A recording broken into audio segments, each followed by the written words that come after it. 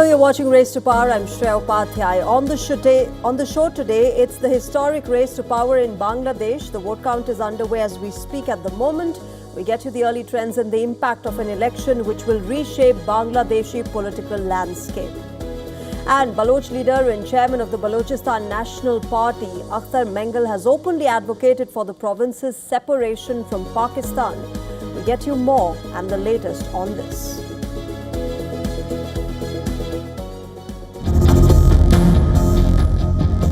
I'm here in Dhaka, and Dhaka is geared up for the elections.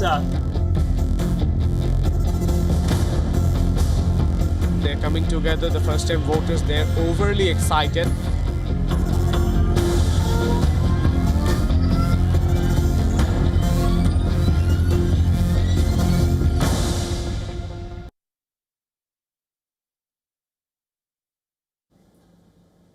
It's a new era in Bangladeshi politics. Without her veteran leaders, with new faces and a host of issues, voting in Bangladesh has now ended. This is, remember, the first election in Bangladesh after Sheikh Hasina's ouster and Khaleda Zia's demise. Barring some hiccups, the voting process remained largely peaceful across the country. The counting of votes is currently underway. There are, remember, 2,034 candidates in fray, but only 299 will come out as victors. Bangladesh Nationalist Party, or the BNP, led by Tariq Rahman, and Jamaat-e-Islami, led by Shafiqur Rahman, are eyeing the top job.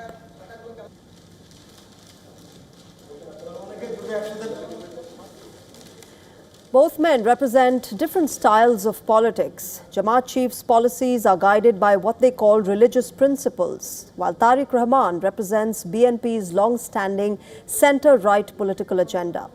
Let's take a deeper look at the political journeys of both these leaders.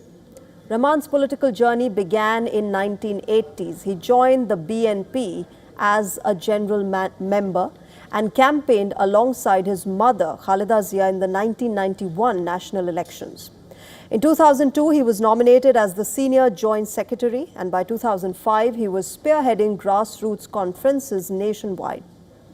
Tariq Rahman was arrested during the military intervention in 2007, and he was later sent abroad for medical treatment, where he remained in exile for 17 years. Now, moving on to the other Rahman. Jamaat chief Shafiqur Rahman is a political veteran who began his journey in 1973 from the left side of the political spectrum. A decade later, Rahman pivoted to Islamist organization Jamaat-e-Islami. He also contested elections in 1996, 2001 and 2018 and became chief of Jamaat in 2020. 2 years later, Sheikh Hasina's government put him behind bars on charges of supporting militancy. These charges were dropped by Muhammad Yunus-led government in 2025, opening the way for Shafiqur Rahman to stage a comeback in electoral politics. Apart from the parliamentary vote, remember, the citizens of Bangladesh also gave their verdict on a constitutional referendum. This proposal is called July Charter, which puts term limits for the Prime Minister's post, the creation of a new upper house of the parliament, stronger presidential powers and greater judicial independence. Sheikh Hasina's Awami League has been barred from polls. The party's absence has left its large voter base without their primary choice. The tilt of Awami vote could be a deciding factor for these elections. Remember, Sheikh Hasina herself is currently living in exile and has called these elections a sham, demanding its cancellation. The country's interim leader, Muhammad Yunus, meanwhile, has expressed gratitude to the voters for holding peaceful elections. Overall, the voter turnout stood at about 48% till 4:30 p.m. local time. Opinion polls vary widely, though most give BNP the lead, with some suggesting a knife-edge race. Results will pave the path for Bangladesh's return to democracy.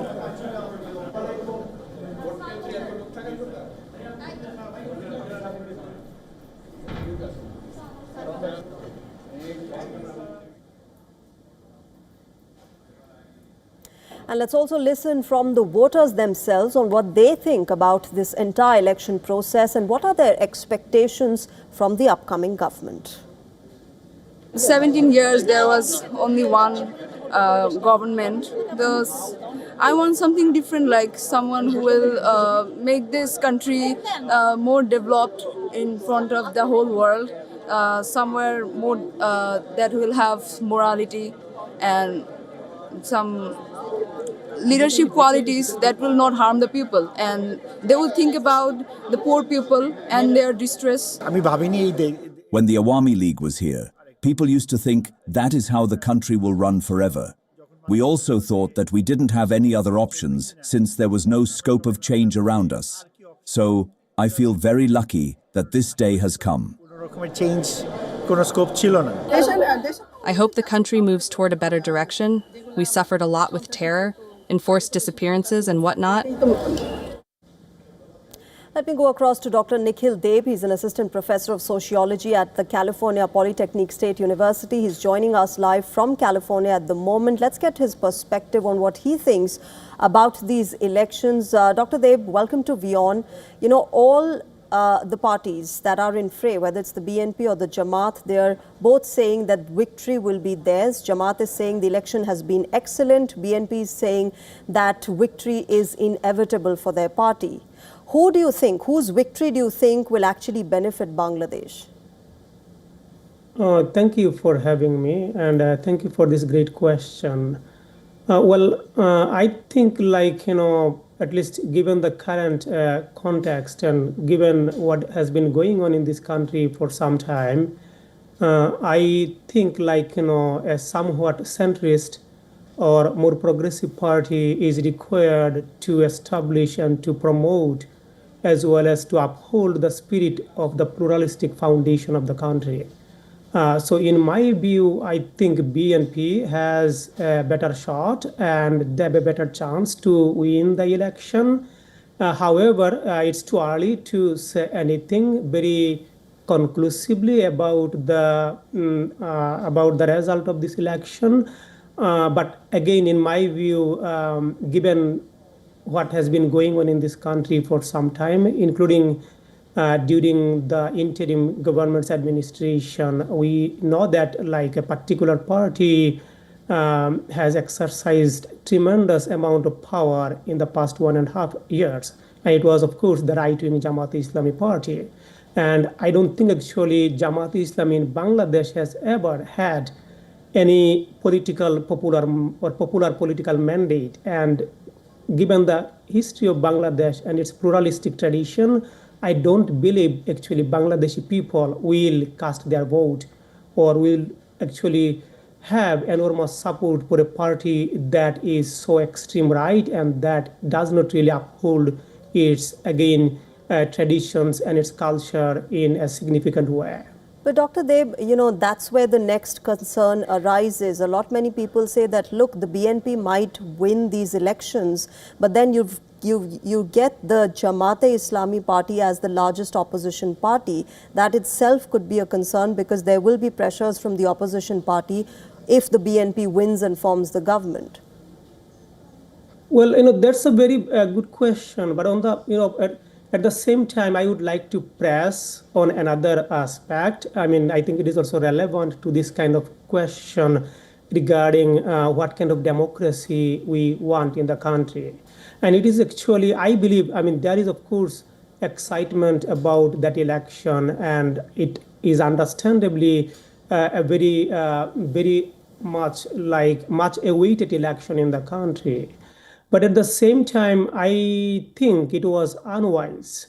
It was unwise to arrange a national election while excluding a major historic political party in the country, Bangladesh Awami League. If, any particular members of the party committed crimes, and of course they should be investigated under the law, but banning an entire major political party and their activities, I don't think actually was a wise and democratic decision for the country.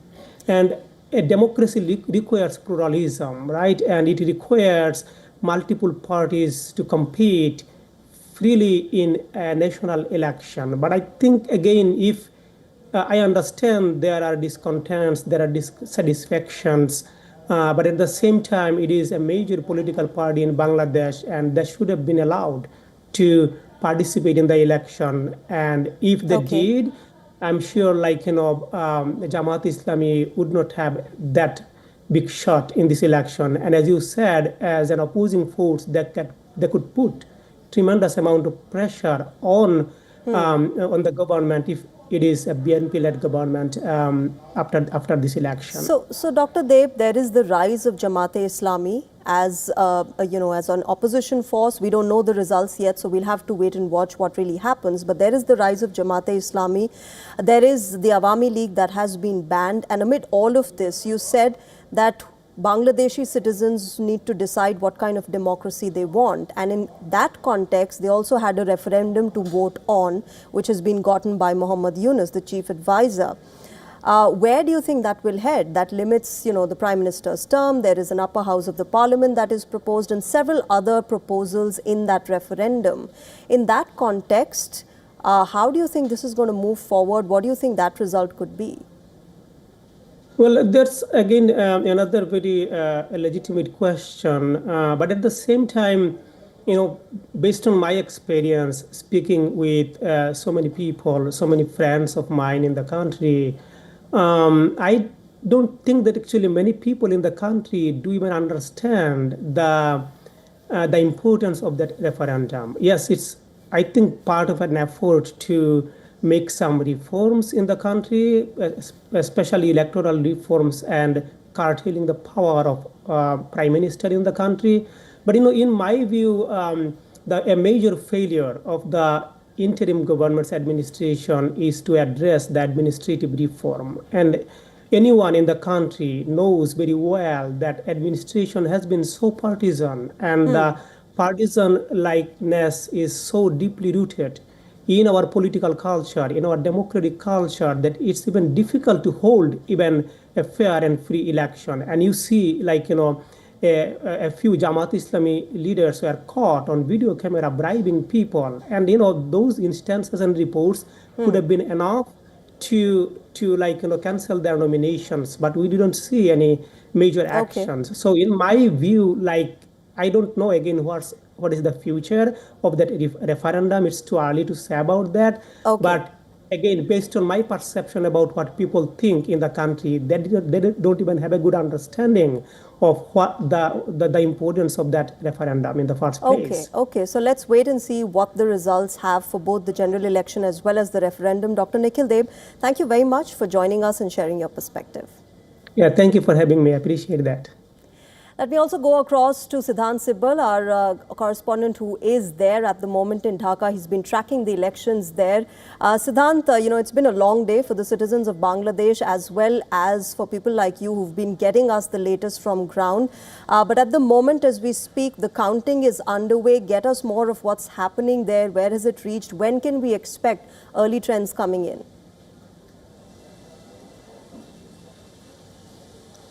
Well, we'll get to know the early trends very soon. I'm standing in front of the Bangladesh Election Commission, and in the Election Commission, we'll see the address in a short while from now. Perhaps in that address, we'll get to know the first elements of who is winning, who is losing. Also, remember that it's going to be a long night, but a long day tomorrow here in Bangladesh, where not only the election results will be declared, but the government formation, what kind of government we will see, is something that we will be looking at. We know that people of this country have a sense of tiredness for last 2 years, and they want a government which is stable, that delivers and brings in good governance. All right, Siddhant, we'll keep coming back to you for the latest from Bangladesh. Thanks very much for joining us at the moment. All right, let's move on. Is Balochistan's separation from Pakistan now inevitable? This question comes after a speech that was made by the chairman of the Balochistan National Party, Akhtar Mengal. While addressing a conference in Lahore, the Baloch leader openly advocated for the province's separation from Pakistan, saying it's, quote, the only option that is left. कोई रास्ता नहीं मिल रहा, अब कोई रास्ता मुझे नजर नहीं आ रहा। Balochistan point of no return से बहुत आगे जा चुका है। ये मैं नहीं कह रहा, आप समझे कि मैं कह रहा हूँ, ये ग्राउंड रियलिटीज हैं। मैं अगर वजीर आला की तरह दबंग आवाज में सुल्तान राई के लहजे में आपसे कहूं कि नहीं जी हमने सबकी कमर तोड़ दी है, नहीं, किसी की कमर नहीं टूटी, रियासत की कमर टूटी हुई है वहां पर। उसके जिम्मेदार यहाँ के हुक्मरान, यहाँ की रियासत, यहाँ की रियासती इदारे, बलूचिस्तान के लोग नहीं। इधर हम उधर तुम, अब ये नारा भी आप ही लगाएं। बलूचिस्तान और अपने दरमियान जो है मजीद खून खराबा रोकने के लिए ये मेरी तजवीज़ है, आप इस पर अमल करें ना करें। Mangal also lashed out at the Pakistani administration for forced disappearances of Baloch people, heavy militarization and unfulfilled promises of Islamabad. His strong statements come 17 months after resigning from the Pakistan National Assembly, which was accepted just 24 hours ago. The divide among state and provincial leadership is only deepening. During a parliament session on the 2nd of February, Pakistan's Defence Minister Khwaja Asif, while addressing remarks about the country's military made by an opposition leader, he said that put the Punjabi-Baloch divide in Pakistan under the lens. The Pakistani leader said that massacre of Punjabi people does not trigger any reaction from the Balochis. Khwaja Asif himself is of Punjabi heritage.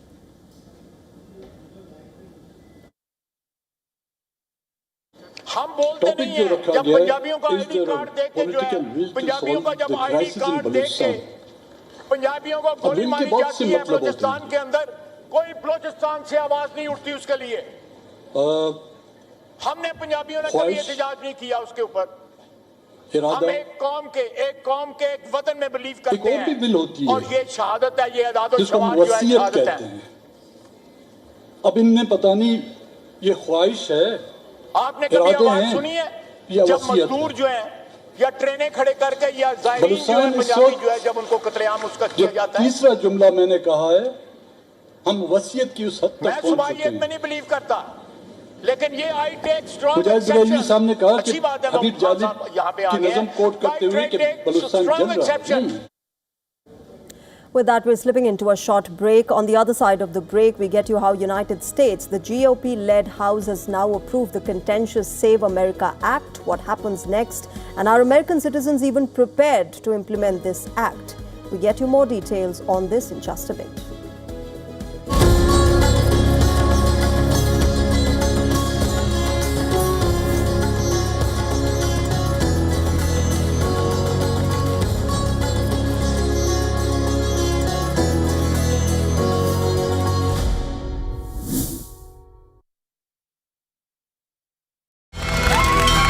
From the bustling trading floors of Wall Street to the vibrant exchanges of Asian stock markets, WION breaks it down for you to make sense of what's happening. As we reveal the key factors behind events, strategic battles, and the game-changing business decisions that shape the world. We bring you all of this and more on World Business Watch.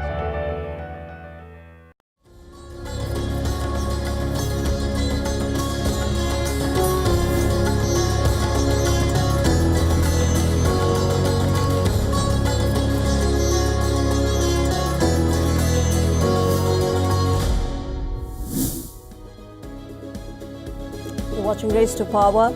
Amid growing health concerns about former Pakistani Prime Minister Imran Khan, his lawyer Salman Safdar, who met with him in the jail on Tuesday, has now made a sensational revelation. In a report submitted to Pakistan's Supreme Court on Imran Khan's living conditions in Lahore's Adiala jail, Safdar has claimed that the former Pakistan Tehreek-e-Insaf chief has lost 85% of vision in his right eye. This, remember, comes a few weeks after he was officially diagnosed with right central retinal vein occlusion, which is essentially a medical condition that can cause permanent damage to the eyesight if left untreated. According to Imran Khan, he suffered a sudden and complete loss of vision in his right eye after October last year. Despite complaining about this to the jail superintendent, he was merely given eye drops for 3 months, which resulted in no improvement. He was secretly rushed to the Pakistan Institute of Medical Sciences only in January this year, where he was administered an injection. His lawyer added that the former Pakistan Prime Minister appeared visibly distressed by the loss of vision and he was repeatedly using a tissue to wipe his watery eyes. According to the report, Imran Khan has also been denied access to his personal physicians and dental consultations over the last 2 years, despite repeated requests. He also expressed serious concern over not being allowed to meet with his relatives and talk to his UK-based sons in violation of court orders. Imran Khan has been, remember, behind the bars since his arrest in August 2023. His wife Bushra Bibi and dozens of other PTI leaders have also been incarcerated. Meanwhile, Pakistan's Supreme Court has now stepped in. It has directed an expert team of doctors to be formed before the 16th of February to examine Imran Khan's eyes. The court has also asked the Shehbaz Sharif-led government to allow the former Prime Minister telephonic calls with his sons. They've previously accused the government of obstructing their visa requests, thereby preventing them from travelling to Pakistan to meet him. This order now assumes significance as Imran Khan has been cut off from the outside world for a long time. His last call with his sons was in September last year. Before Saftar, the last time Imran Khan met with his legal team was on the 16th of October last year. Similarly, the last family member to meet him was his sister Uzma, way back on the 2nd of December in 2025. No further access has been granted to his family members since then. In fact, his sisters have not taken this lying down. They have staged multiple sit-ins outside the Adiala jail in protest against the authorities. The police have often used force, including water cannons, to disperse the protesters. Sohail Afridi, who took over as the Chief Minister of the Khyber Pakhtunkhwa province in October last year, has been denied meetings with Imran Khan as well. In November 2025, he staged a 16-hour-long sit-in, demanding access to the PTI founder. Imran Khan's son, meanwhile, has reacted to these developments. Qasim Khan has lashed out at the Pakistani army chief and the administration in Islamabad. He said that the jailed ex-Pakistan Prime Minister's deteriorating eyesight is a, quote, direct result of solitary confinement, medical neglect, and deliberate denial of proper treatment in jail.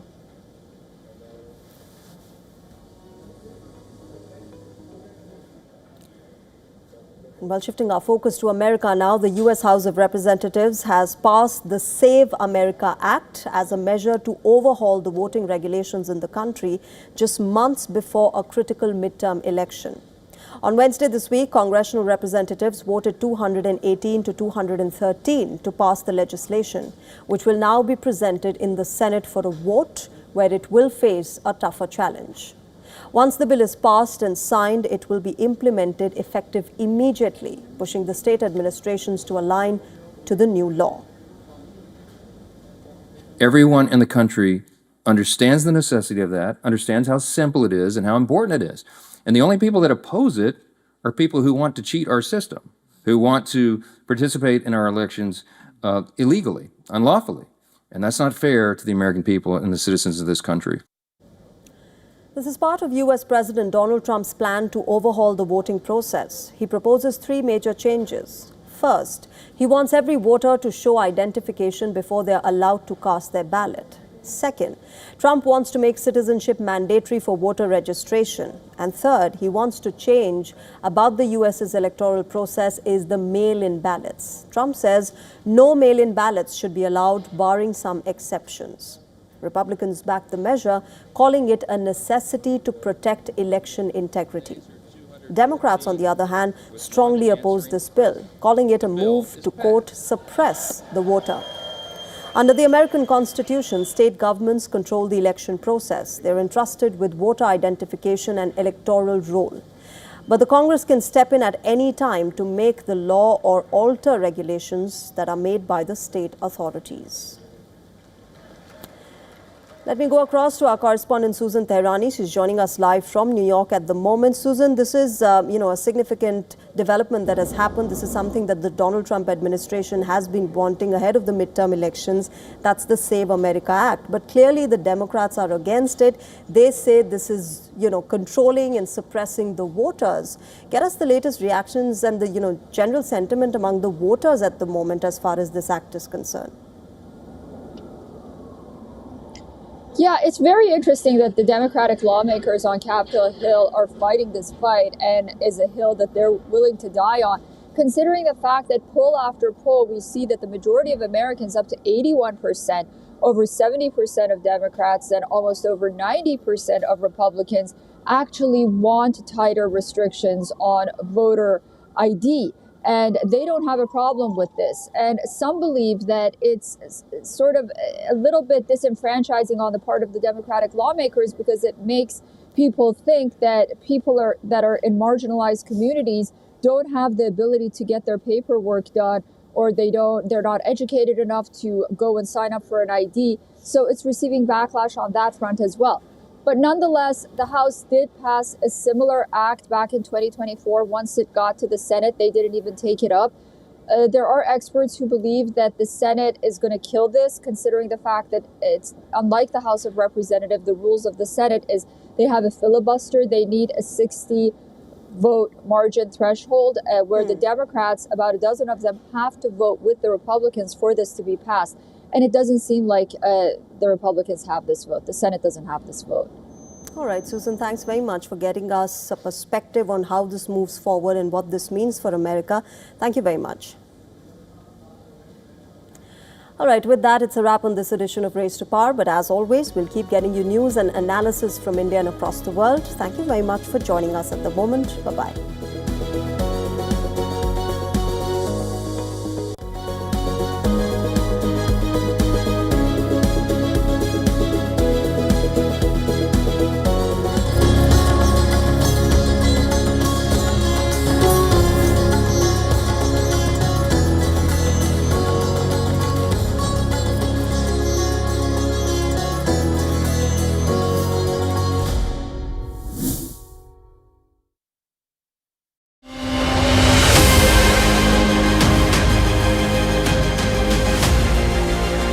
And welcome to a brand new edition of South India, a daily dynamic show that will capture the pulse of southern states. By blending the special stories, the breaking alerts, and the culture developments as well.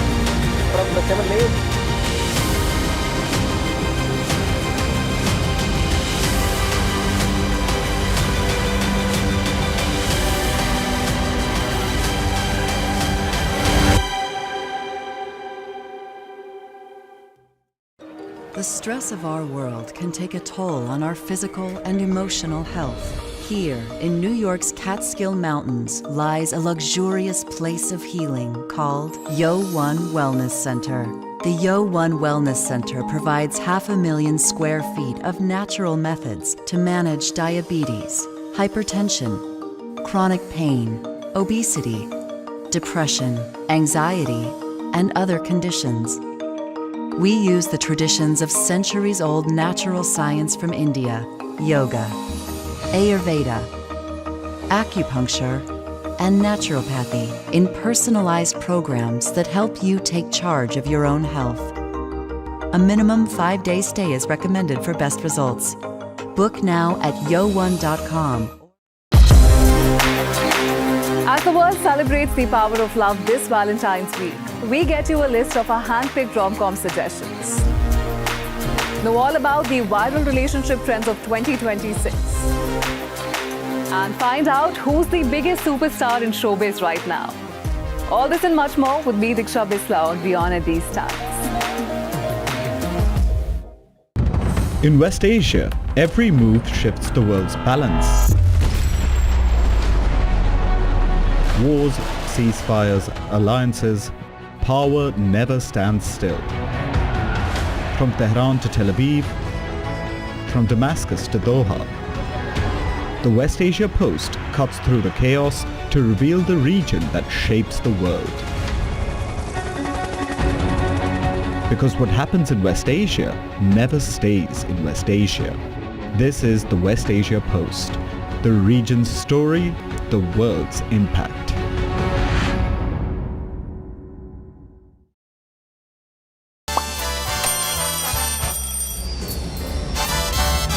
Vielleicht nur